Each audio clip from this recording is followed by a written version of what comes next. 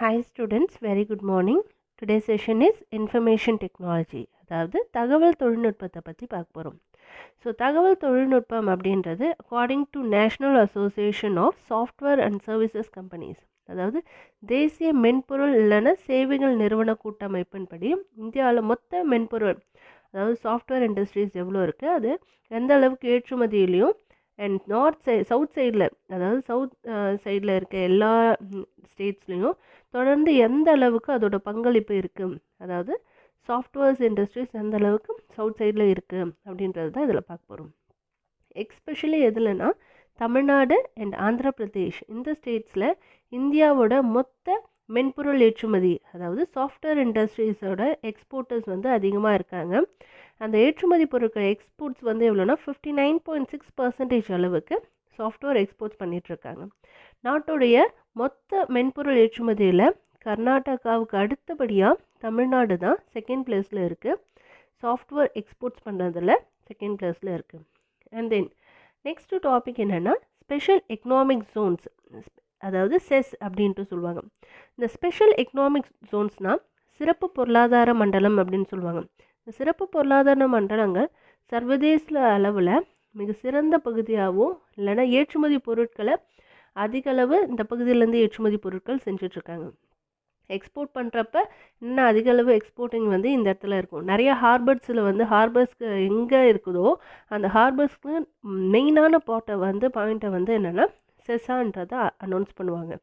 So நம்ம இதில் நம்ம தமிழ்நாட்டில் எங்கெங்கெல்லாம் உற்பத்தி பொருட்களை பல்வேறு சேவைகளுக்காக அனுமதிக்கிற இந்த செஸ் எங்கே இருக்குது அப்படின்ட்டு பார்த்திங்கன்னா நாங்குநேரி, எண்ணூர், ஒசூர் அண்ட் பெரம்பலூர் இந்த பகுதிகளில் என்னென்னா சிறப்பு பொருளாதார மண்டலங்கள் இருக்குது, அதாவது ஸ்பெஷல் எக்கனாமிக் ஜோன்ஸு.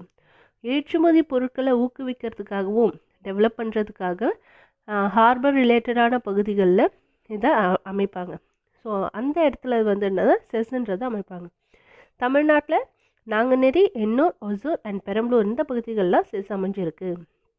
தகவல் தொழில்நுட்பம் இல்லாமல் தகவல் தொழில்நுட்ப சிறப்பு பொருளாதார மண்டலங்களா, அதாவது டைடல் பார்க் அப்படின்ட்டு சொல்லுவாங்கள்ல. So Tidel Park 2, Tidel Park 3 and உயிரி மருந்தகம் இந்த மாதிரியான சென்னையிலையும் சென்னையை சுற்றி இருக்கிற பகுதிகளிலும் அதிகமாக இருக்குது. டைடல் பார்க்னால் நிறைய இருக்குது, கோயம்புத்தூரில் இருக்குது அண்ட் சென்னையில் அதிகமாக டைடல் பார்க்ஸ் இருக்குது. Next one manufacturing and engineering இண்டஸ்ட்ரீஸை பற்றி பார்க்க போகிறோம். பொறியியல் உற்பத்தி தொழிலகங்கள். ஸோ உற்பத்தி தொழில் அப்படின்றது மாநிலத்தோட பொருளாதாரத்தோட துடிப்பான துறை. ஸோ அது மூலயமா அதிகளவு நமக்கு ஸ்டேட்டோட எக்கானமி வந்து அதிகளவு டெவலப் பண்ணுற ஒரு இண்டஸ்ட்ரீஸ் எதுனா மேனுஃபேக்சரிங் அண்ட் இன்ஜினியரிங் இண்டஸ்ட்ரீஸ் சொல்லுவாங்க. ஸோ இதில் வந்து என்னென்னா குறிப்பிட்ட அளவுக்கு வாகனங்கள் இல்லைன்னா அதோட உதிரி பாகங்களை உற்பத்தி செய்கிறதா இருந்தாலும் சரி, வாகன உற்பத்தி மூலப்பொருட்களையும் அதை ஒரு ஃபினிஷ்டு ப்ராடக்டாக மாத்திர செய்கிற ஒரு தொழிலகமாக இருந்தாலும் சரி, அதை பழுது பார்க்குற ஒரு கருவி இதெல்லாம் உற்பத்தி செய்கிறது தான் மேனுஃபேக்சரிங் இண்டஸ்ட்ரீஸ். ஒரு காருக்கு தேவையான ஒரு போல்டாக இருந்தாலும் சரி, டயர் இல்லைனா அதை சரி செய்கிறதுக்கு தேவையான ஸ்பேனர், ஸ்க்ரூ டிரைவர் இந்த மாதிரியான உற்பத்தி செய்கிறது எல்லாமே இதில் இருக்குது. ஸோ தொழில்துறை உற்பத்தியில் தமிழ்நாட்டோட பங்கு எவ்வளோனா நாட்டோட உற்பத்தியில் கிட்டத்தட்ட 11%, 12% வரைக்கும் இன்க்ரீஸ் ஆகிருக்கு. சாஃப்ட்வேரை தவிர்த்து இந்தியாவில் ஏற்றுமதி பொருட்கள் வந்து இல்லைன்னா 15% அளவுக்கு ஏற்றுமதி செஞ்சிட்ருக்காங்க, அதுவும் மேனுஃபேக்சரிங் இண்டஸ்ட்ரீஸ்லேருந்து. இந்தியாவில் மென்பொருள் ஏற்றுமதியில் தமிழ்நாட்டோட பங்களிப்பு எவ்வளோ இருக்குன்னா 17% அளவுக்கு இருக்குது. நெக்ஸ்ட் ஒன் ஆட்டோமொபைல் இண்டஸ்ட்ரீஸ் பற்றி பார்க்கலாம். அதாவது வாகன உற்பத்தி தொழிற்சாலைகள் இல்லைன்னா கனரக வாகன உற்பத்தி வந்து தமிழ்நாட்டில் குறிப்பிடத்தக்க அளவில் அதிக அளவு பொருளாதார பங்களிப்புள்ள ஒரு தொழிலகமாக எது இருக்குன்னா வாகன தொழிலகம் இருக்குது. ஸோ வாகனம் உற்பத்தி செய்கிறது இல்லைன்னா கனரக வாகனம் உற்பத்தி செய்கிற தமிழ்நாட்டில் குறிப்பிட்ட அளவு பங்கு இருக்கிற ஒரு மாநிலத்தோட பொருளாதாரத்தில் முக்கிய பங்கு வகிக்கிறது எதுனா மேனுஃபேக்சரிங் இண்டஸ்ட்ரீஸ், ஆட்டோமொபைல் இண்டஸ்ட்ரீஸ். மாநிலத்தோட மொத்த உள்நாட்டு உற்பத்தியில் 8% பங்களிப்பு அளிப்பதோட 2,20,000 மக்களுக்கு நேரடியான வேலைவாய்ப்பு தர ஒரு இண்டஸ்ட்ரீஸ் எதுனா ஆட்டோமொபைல் இண்டஸ்ட்ரீஸ். இந்தியாவில் உற்பத்தி செய்யப்படுற வாகன தொழில்களில் 21% வந்து என்னென்னா அதிகமாக என்னென்னா மக்கள் உபயோகப்படுத்துகிற பொருட்களாக இருக்குது. பேசஞ்சர் கார்ஸாக இருக்கலாம், இல்லை பஸ், இந்த மாதிரியான பொருட்களாக இருக்குது. அதுவும் 21% அளவுக்கு இருக்குது. 33% அளவுக்கு என்னென்னா வணிக வாகனங்கள். வணிக வாகனங்கள்னால் மேனுஃபேக்சரிங் ரிலேட்டடாக எது யூஸ் பண்ணுறாங்களோ அது கமர்ஷியல் வெஹிக்கல்ஸ் எல்லாமே என்னென்னா வணிக வாகனங்கள் சொல்லுவாங்க. 35% எதுனா வாகன உதிரி பாகங்கள் தயாரிக்கிறதுக்காக உபயோகப்படுத்துகிற வாகனங்களாக இருக்குது. இது தமிழ்நாட்டில் அதிகளவு பங்களிக்கிற ஒரு வாகன தொழிலகம் எதுனா வாகனம் தொழிலகம் தான் சொல்லுவாங்க, ஆட்டோமொபைல் இண்டஸ்ட்ரி சொல்லுவாங்க. ஸோ இதில் எதெல்லாம் வரும் ஆட்டோமொபைல் இண்டஸ்ட்ரீஸில்? மேஜர் ஆட்டோமொபைல் மேனுஃபேக்சரர்ஸ் எதுன்னா Ford, Hyundai, Mitsubishi, Ashok Leyland, TAFE. இது எல்லாமே என்னென்னா மேனுஃபேக்சரிங் பேஸ் பண்ணி இருக்கிற தமிழ்நாட்டில் இருக்கிற முக்கியமான வாகன தொழிலகங்கள் சொல்லலாம். Next one handlooms and powerlooms. ஹேண்ட்லூம்ஸ்னால் கைத்தறி இல்லைன்னா விசைத்தறி என்று சொல்லுவாங்க. கைத்தறி துறையானது மாநிலத்தில் மிகப்பெரிய குடிசை தொழிலாக தான் இருந்தது. கிராமப்புற மக்களுக்கு அதிக அளவு வாழ்வாதாரத்தையும் ஏற்றுமதி செய்கிறது மூலிமா அதிகளவு வருவாயையும் கொடுக்குற ஒரு தொழிலகமாக எது இருக்குன்னா கைத்தறியும் விசைத்தறியும் தான் இருந்திருக்கு. அண்ட் கைத்தறித்துறை அதோடு தொடர்புடைய பொருளாதார நடவடிக்கைகளை கிட்டத்தட்ட அதிக அளவு நெசவாளர் குடும்பங்கள் நல்ல வருவாயை ஈட்டியுள்ள ஒரு துறையாகவும் இருக்கிறது கைத்தறி அண்ட் விசைத்தறி துறையை சொல்லலாம். நெசவாளர் சங்கங்களில் இருக்க அந்த குழந்தைகளுக்கு பள்ளி குழந்தைகளுக்கு விலையில்லா சீருடை கொடுக்கறது மூலயமாவும், இல்லை விலையில்லா வேட்டி சேலை, அதாவது பொங்கல் டைமில் வேட்டி சேலை கொடுக்கறது, ஸ்கூல் குழந்தைங்களுக்கு யூனிஃபார்ம் கொடுக்கறது, இதெல்லாம் என்னென்னா கைத்தறி நெசவாளர்கள்கிட்ட இருந்து வாங்கி கவர்மெண்ட் டிஸ்ட்ரிபியூட் பண்ணுது.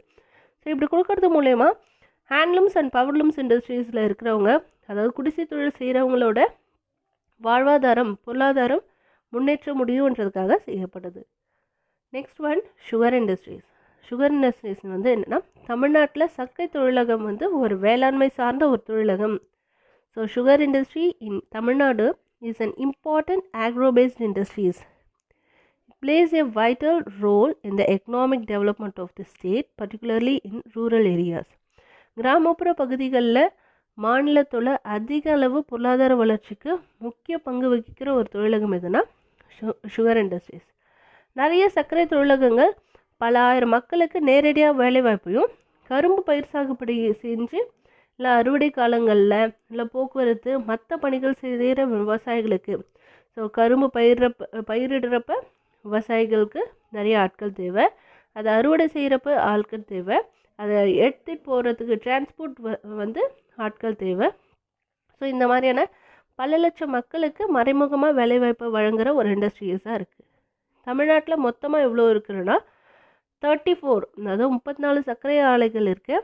இதில் 16 மட்டும் என்னென்னா கூட்டுறவுத்துறையாலும் 18 தனியார் துறையாலும் நிர்வகிக்கப்படுது. குறிப்பாக நம்ம சைடில் நெல்லிக்குப்பம் ஆலை சொல்லுவாங்க, அண்ட் கடலூரில் இருக்கிறது முண்டியம்பாக்கம். அண்ட் இந்த 2 ஆலைகளோட சர்க்கரை ஆலைகள் ப்ரைவேட்டோடது சொல்லுவாங்க. நெக்ஸ்ட் ஒன் சுற்றுலா, டூரிசம் இண்டஸ்ட்ரீஸ் பற்றி பார்க்க போகிறோம். சுற்றுலாத்துறைன்றது ஒரு தொழிலகமாக அப்படின்ட்டு கருதப்படுறதுக்கு காரணம் என்னென்னா, ஏன்னா டூரிஸ்ட் என்னது ஒரு தொழிலகம் இண்டஸ்ட்ரீஸ்னே கன்சிடர் பண்ண முடியாது. ஏராளமான மக்களுக்கு வேலை வாய்ப்பு கொடுக்கறதுனால இது ஒரு இண்டஸ்ட்ரீஸாக கருதப்பட வேண்டியதாக இருக்குது. நிறைய ரீசன்ட் டேஸில் சமீப காலங்களில் உள்நாட்டு இல்லைன்னா வெளிநாட்டு சுற்றுலா பயணிகளுக்கு அதிக அளவு முக்கியத்துவம் கொடுக்குற ஒரு துறையாகவும் இருக்குது. முன்னணி தலங்களுக்கு, அதாவது தமிழ்நாட்டில் நிறையா புனித யாத்திரை வரவங்களுக்கு தமிழகத்தில் ஒரு முன்னணி தலங்களில் ஒன்றா தமிழகமும் இருக்குது சரியா. அதாவது நிறைய பேர் புனித யாத்திரைக்கு வரவங்க, ஃபாரினர்ஸ் வரவங்க, இல்லை ரெஸ்டாரண்ட் போகணும், அவங்களுக்கு கைடுன்றது அவங்களுக்கு தேவைப்படுது. ஸோ அந்த டைமில் தமிழ்நாட்டுக்கு அதிக அளவு ஃபாரினர்ஸ் இல்லை டூரிஸ்ட்க்கு வரவங்க ஜாஸ்தியாக இருக்கிறதுனால டூரிசமும் ஒரு இண்டஸ்ட்ரியாக சொல்லப்படுது. அண்ட் தென் தமிழகத்தில் சுற்றுலாத்துறையும் சரி, தமிழக சுற்றுலா மேம்பாட்டு கழகத்தினால பாதுகாக்கப்படுது, அதாவது டெவலப் பண்ணப்படுது. இந்திய மாநிலங்களில் தமிழ்நாடோட 25 கோடி ரூபாய் வருவாயை ஈட்டி கொடுக்குற ஒரு துறையாகவும் எது இருக்குதுன்னா டூரிசம் இண்டஸ்ட்ரீஸ் இருக்குது. அதாவது மொத்தமாக 25 crores வருவாய் ஈட்டி தர டூரிசம் மூலிமா வருவாய் ஈட்டி தர ஒரு துறையாகவும் இருக்குது. இந்த தொழில் என்னென்னா ஒரு வருஷமும் இன்க்ரீஸ் ஆகிட்டே இருக்கும். ஏன்னா டெவலப்மெண்ட் எத்தனை பேர் வந்து டூரிஸ்ட் விசிட் பண்ணுறாங்களோ அதுக்கு தகுந்த மாதிரி எக்கானமி டெவலப் ஆகும். ஸோ கிட்டத்தட்ட என்னென்னா அதிக அளவு நம்ம ஏரியாவில் என்ன இருக்குது, ஏன் வராங்க அப்படின்னு பார்த்தீங்கன்னா, தமிழகத்துக்கு அதிக அளவு சுற்றுலா பயணிகள் வர்றதுக்கான காரணம் நிறைய மோனுமெண்ட்ஸ் இருக்குது. மோனுமெண்ட்ஸ் இல்லாமல் landscape and pilgrim centres, hill station, natural landscape, long coastal line along with rich culture and heritage, அதாவது பாரம்பரியம், கலாச்சாரம், இதோட தமிழ்நாடோட சுற்றுலா பயணிகளுக்கு மிக சிறந்த மாநிலமாக இருக்கிறதுனால தான் டூரிசம் இண்டஸ்ட்ரீஸில் அதிக அளவு வருவாய் ஈட்டி கொடுக்கக்கூடிய ஒரு துறையாகவும் கருதப்படுது. ஓகே, ஸோ இன்றைக்கி வந்து தமிழ்நாட்டுடைய சுற்றுலா தலங்களும் என்னென்ன தொழிலகங்கள் இருக்குது, அதாவது இன்ஃபர்மேஷன் டெக்னாலஜியில் செஸ்னா என்னன்றது பார்த்தோம். அதில் பொறியியல் உற்பத்தி தொழிலகம், வாகன தொழிலகங்கள் பார்த்துருக்கோம். அண்ட் கைத்தறி, விசைத்தறி, சர்க்கரை தொழிலகம் அண்ட் சுற்றுலா டூரிஸ்ட் இதை பற்றி பார்த்துருக்கோம். ஸோ நெக்ஸ்ட்டு செஷனில் என்ன பார்க்கலான்னா பாப்புலேஷன் பற்றி பார்க்கலாம், மக்கள் தொகையை பற்றி பார்க்கலாம். Okay, today session is over. Thank you.